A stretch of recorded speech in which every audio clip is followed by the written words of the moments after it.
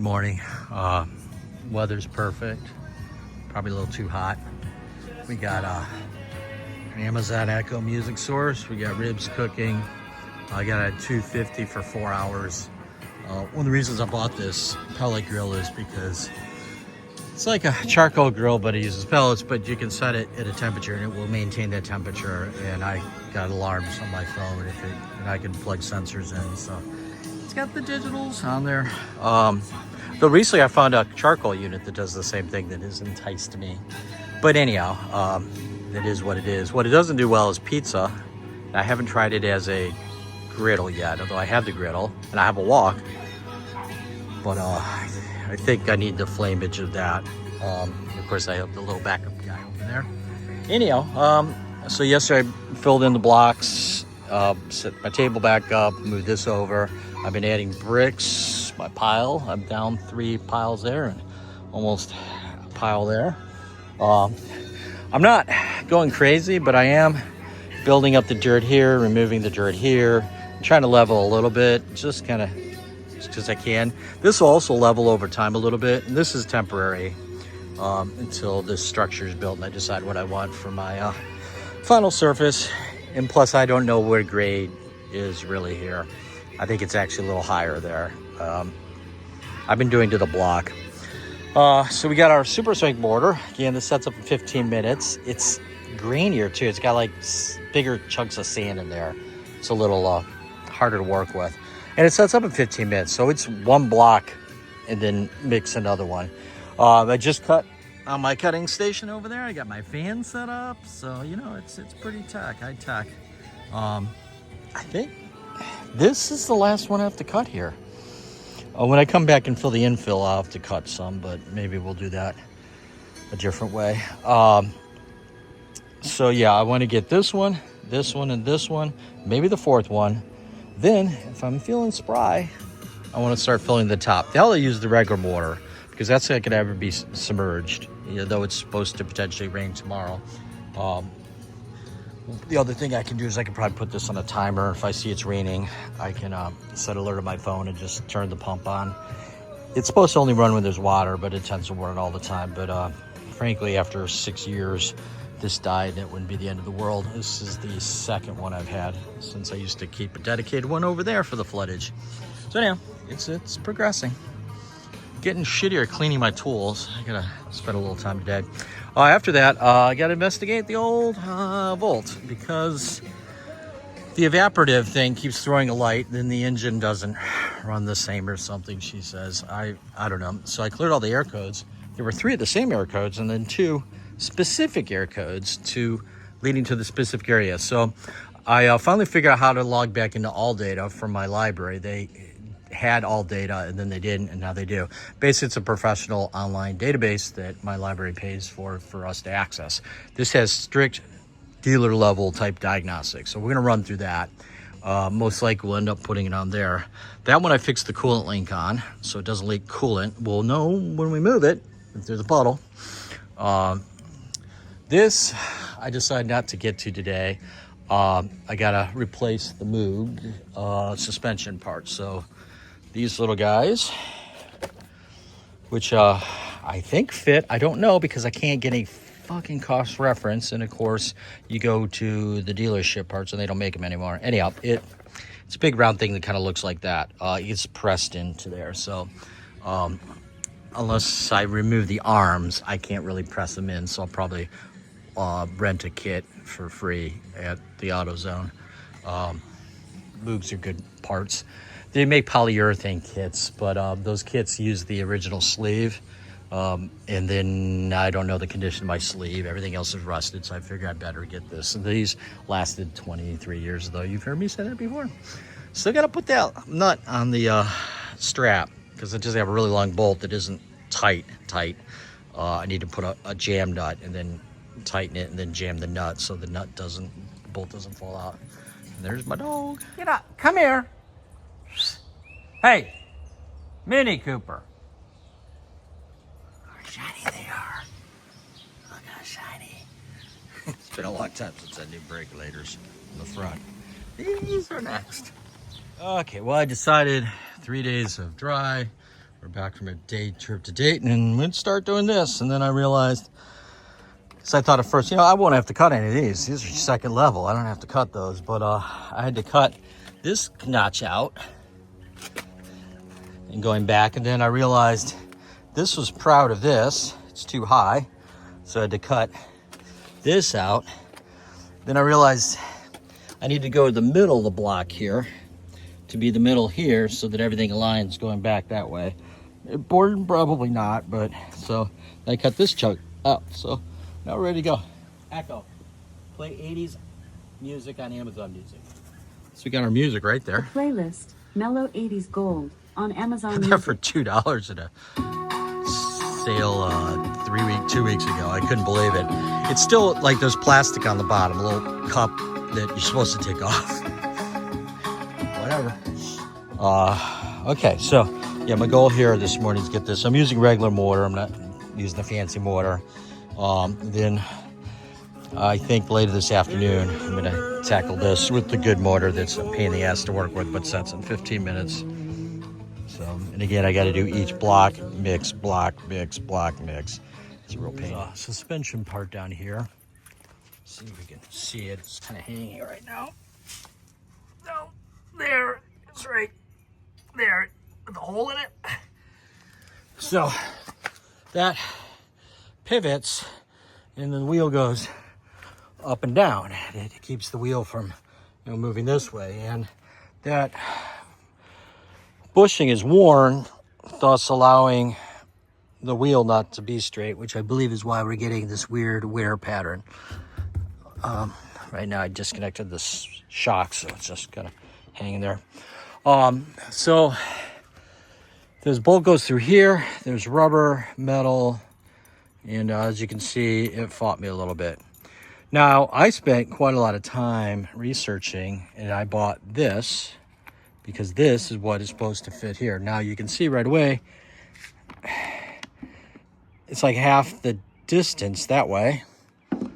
And this bore size is smaller than this. So I don't know what the fuck this fits, and it's a Moog. It's a high quality. But it's definitely not for this vehicle. So I think I'm gonna go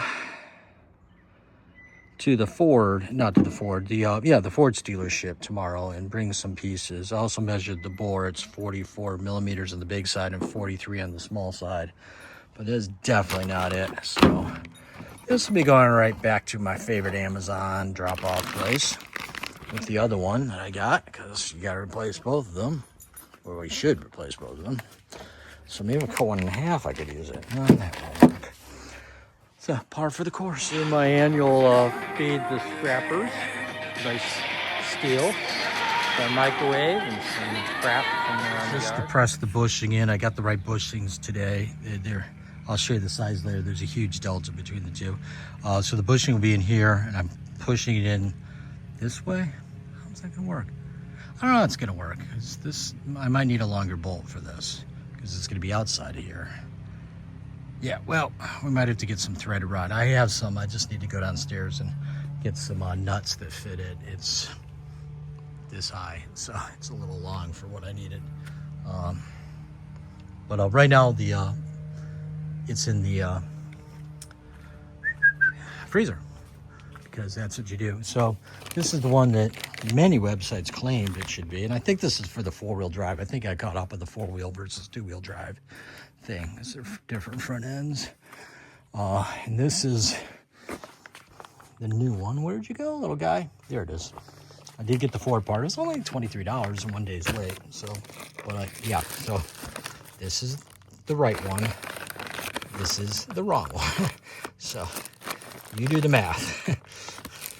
It's not even any direction. It's different direction. So this is like 3.5 inches. That's 2 inches.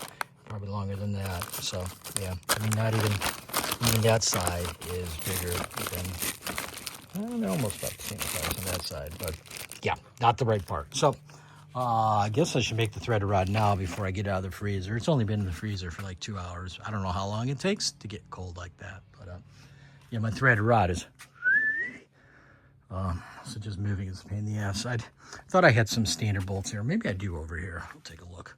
The bolt. As I was about to hacksaw this 6-foot one, I looked down and see, oh, threaded rods. So no reason to cut that one up when I have a nice 1-footer.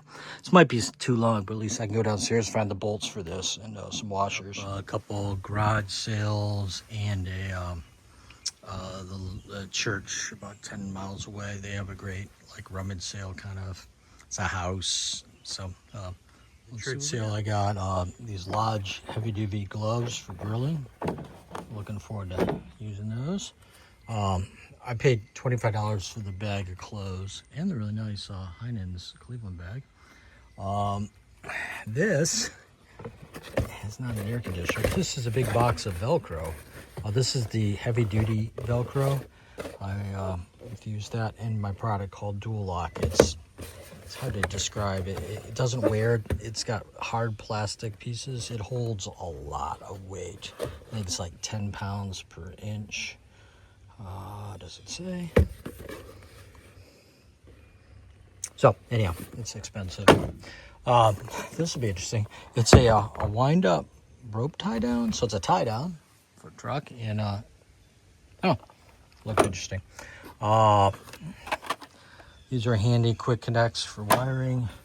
A bunch of zip ties, but they're the kind that have the screw in there, so you can screw it to like a joist and then zip tie some cables together. Okay, for the basement, just regular zip ties. Had one of these, have several of these, but they're always handy. A little magnetic grabber. Watertight connectors. Watertight. Yeah. Map gas. This alone, if it's not complete, it feels pretty full. Next, yeah, that's map gas, so it's about $10 a thing. So that alone paid for all this. Some adapters for plumbing, just in case, for right angles, so like a toilet or something. So we'll put that in our stockpile. A dimmer. It's some sort of automation dimmer, but I want to put a dimmer on the lights and attached to the fan in the dining room. So yeah, give it a go. It does appear to be a 3-way, which is important because that's a 3-way light switch. Numbers, you always need that. These are for if you're labeling cables, you can put a number on there. Another light switch, because why not get 2? Plastic outlet, good for outdoor projects. So you PVC in and glue it, and then you can strap it into something. So I'm going to have some outlets, but I think I'm going to hide some inside the fixture when it's done, not just on the outside. Pipe dope. This stuff will last forever. This is a cable router, so if you have a box like this, you could just have it route cables through it. It makes it look prettier. Trailer hitch thing, just because it could occasionally have trailer hitches. Low voltage connectors for like if you got outdoor lights. These are handy. These are shims if your outlets or switches aren't flush. Use these shims that lock together to make them deeper. The instructions for light switch. Then a bunch of plumbing parts and flux. I just kind of threw everything in this can here. The good old stuff. Lead free? Damn. That's probably got the lead in there. So this will all go in our basements.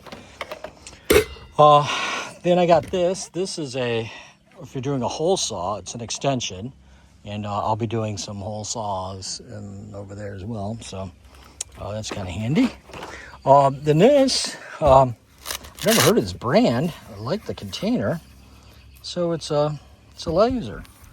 And not only does it do laser things, it's got a horizontal and vertical, and it's self-leveling to a degree. You can see how it's kind of moving inside, or you can lock it.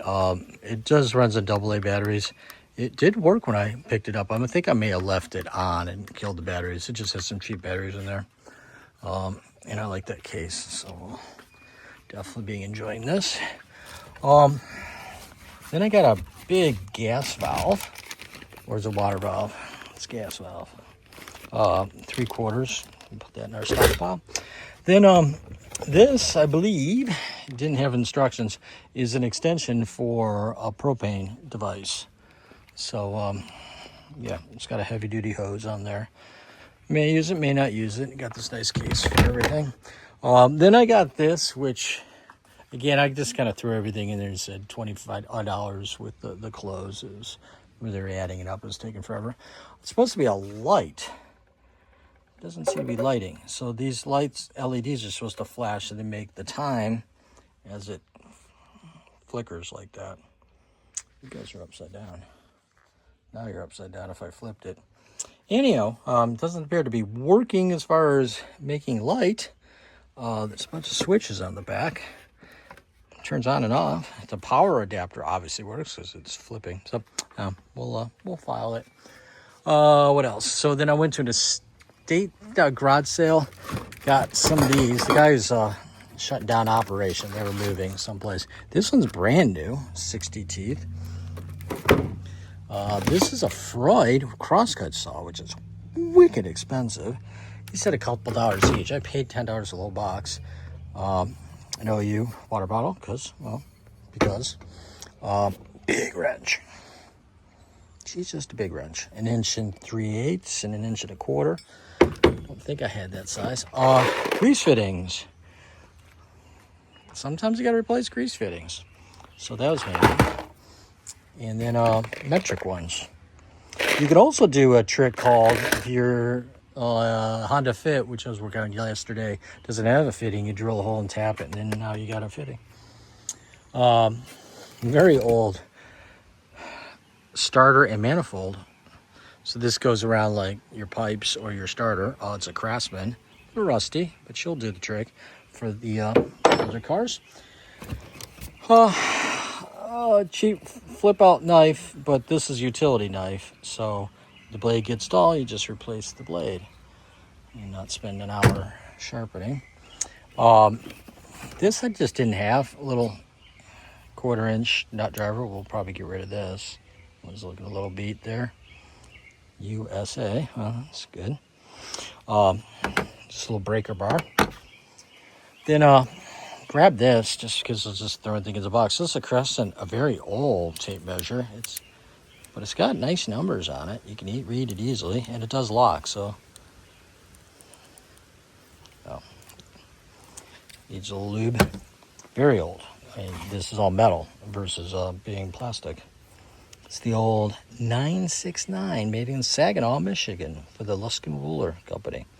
Crescent. These look like some sort of anal probe kind of thing. I paid $2 for these. These are great for shish kebabs. You just thread your meat and potatoes and veggies right through there. A lot easier to do, and you can make really long shish kebabs. So, a grilling accessory. So, anyhow, that was what we did. Found this spool of wire. I think I'm gonna scrap it. It's just a big old thing of copper wire. I don't know how many feet's on there. Yeah, one of the many treasures I got in the trash. Got that little wagon. I think I'm gonna have to replace the floor of the wagon, but once I do, Joe can put plants in there. De-enhance. It's a little. It was that way before I washed it. I power washed it all. So yeah, I can't tell if it's gonna rain or not gonna rain. It's been like this pretty much since I got home. Those little guys are there. I need to work on that, and I got a tool for that. for the Amazons today. It was only $40. Wait, now she's working. Well, you have to set the time. That is cool. I don't know if that shows up here, but it says come on. Neat. Yeah.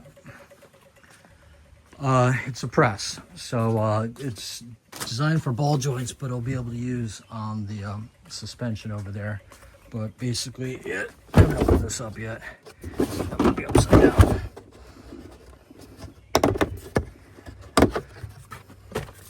So this unscrews.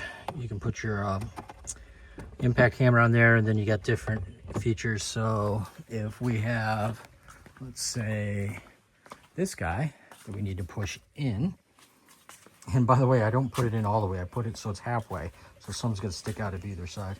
Notice how that doesn't? That does. So we can push with this one, and then receive on the other side. Another one over here. And then we got all sorts of different pieces here to push with, so we'll probably use that one.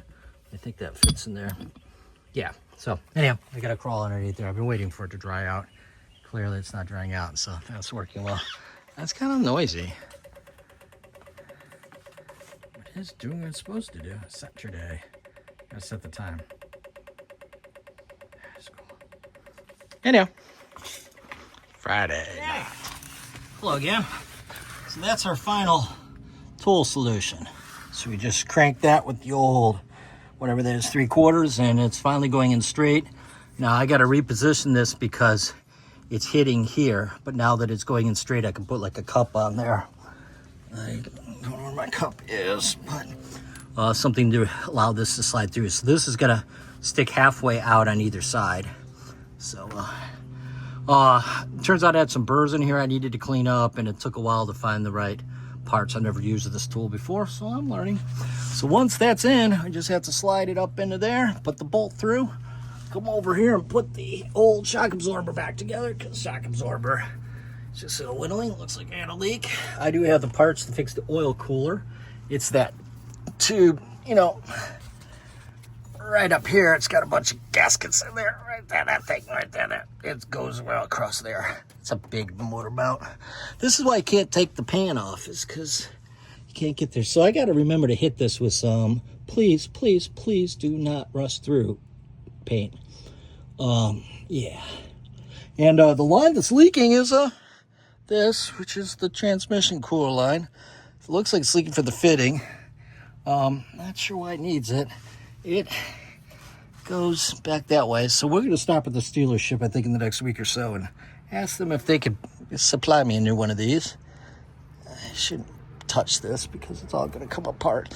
If not, it's a standard fitting. I'm just going to have to like break the line here and put on some sort of fancy adapter here. So that's great, but it's definitely leaking there. Maybe leaking over here, maybe leaking over there, but it's definitely leaking over here. Well, that's not supposed to be like that. Those wires aren't supposed to be like that. That's why the air conditioning ain't working right. God damn it.